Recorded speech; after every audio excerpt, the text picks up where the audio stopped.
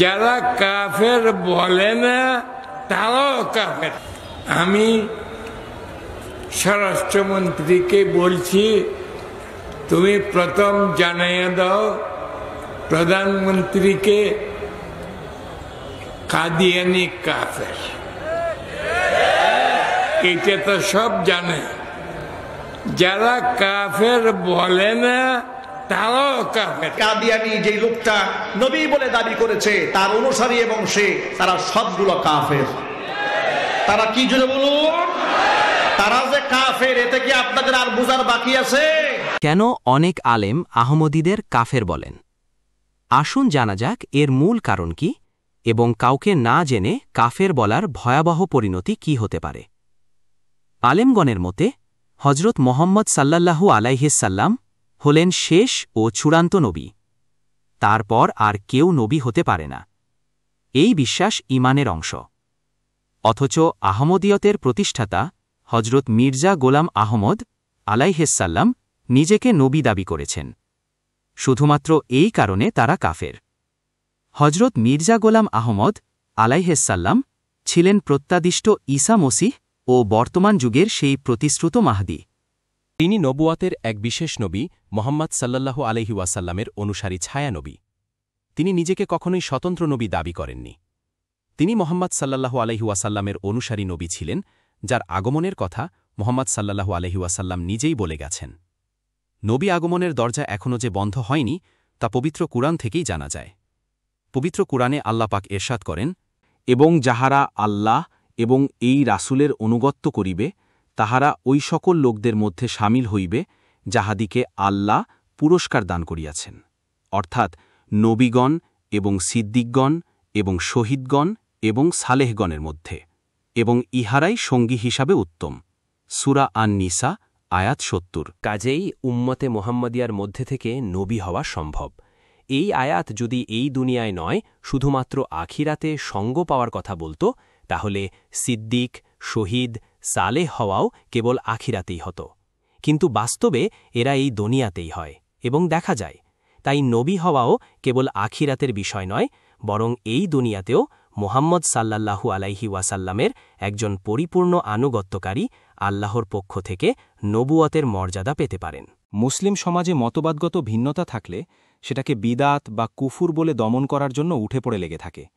বর্তমানে জামানার আলেমগণ আহমদীদের বিরুদ্ধে ফতুয়া দিয়ে অনেকে সাধারণ মুসলিমদের সমর্থনের মাধ্যমে তারা তাদের ধর্ম ব্যবসা চালিয়ে যেতে চান। শুধুমাত্র ধর্মীয় মতপার্থক্যের কারণে কাউকে কাফের বলা অত্যন্ত নিন্দনীয় এ রসুল বিরোধী কাজ। ইতিহাসে বহু মুসলিম মাযহাব ও মতপার্থক্য ছিল, সুন্নি, শিয়া, হানাফি, শাফি ইত্যাদি, কিন্তু কেউ কাউকে কাফের বলেনি।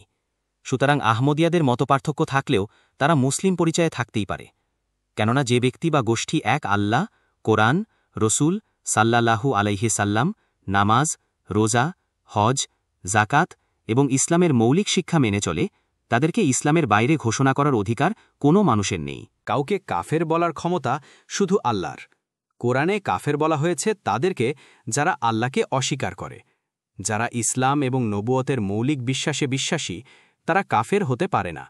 আহমদিয়া মুসলিম জামাত ২২০টিরও বেশি দেশে ইসলাম প্রচার করেছে। হাজার হাজার নন মুসলিম ইসলাম গ্রহণ করেছে তাদের মাধ্যমে। শত শত কোরআনের অনুবাদ আহমদীরা প্রকাশ করেছে।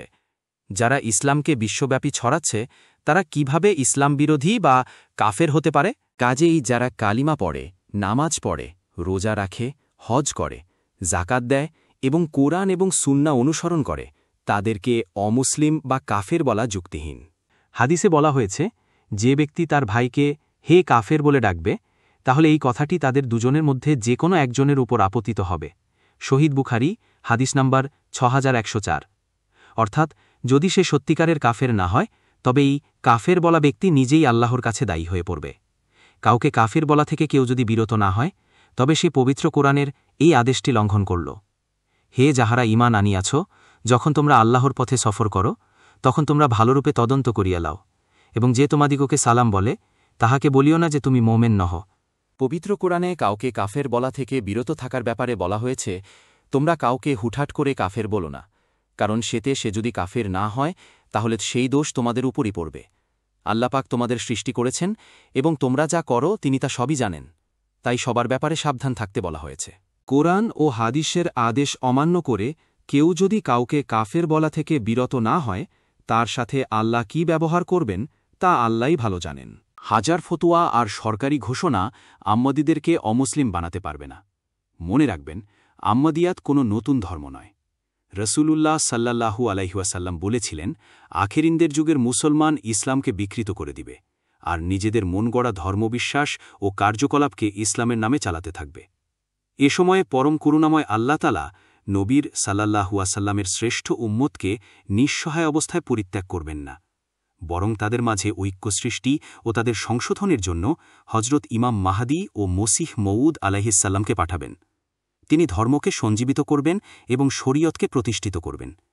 সেই নামের মুসলমানকে কাজের মুসলমান বানিয়ে দেবেন। আর এ আধ্যাত্মিক বিপ্লব ও আন্তর্জাতিক প্রচারের মাধ্যমে ইসলাম সারা বিশ্বে বিজয় লাভ করবে। ইসলামের নবজীবন ও এর বিশ্বব্যাপী প্রতিশ্রুত বিজয়ের লক্ষ্যে একটা মহান ধর্মীয় এবং সামাজিক আন্দোলনের নাম আহমদিয়াত। এটা কোনো নতুন ধর্ম নয়, ইসলামেরই অপর নাম আহমদিয়াত। রাজনীতির সাথে এর কোনো সম্পর্ক নেই। কোনো রাষ্ট্র বা রাজনৈতিক দলের পৃষ্ঠপোষকতায় এর সৃষ্টি হয়নি, বা কোনো রাজনৈতিক লক্ষ্য দৃষ্টিপটে রেখে এর জন্মও হয়নি। কেবলমাত্র আল্লাহ তাআলার প্রতিশ্রুতি অনুযায়ী এবং তার সম্মতি ও সমর্থন আর পৃষ্ঠপোষকতায় এ জামাত প্রতিষ্ঠিত হয়েছে।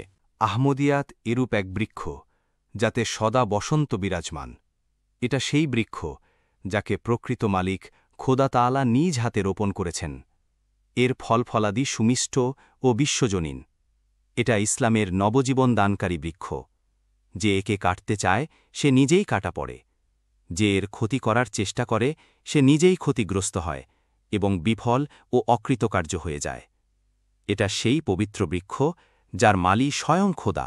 কাজেই সমাজের আলেমদের অপপ্রচারে বিভ্রান্ত না হয়ে আহমদিয়াত সম্পর্কে জানুন, বুঝুন এবং এই জামাতে দলভুক্ত হয়ে ইসলামের বিজয়ে সক্রিয় ভূমিকা পালন করে নিজেকে সত্যিকারের একজন মুসলিমের পরিচয় দিন।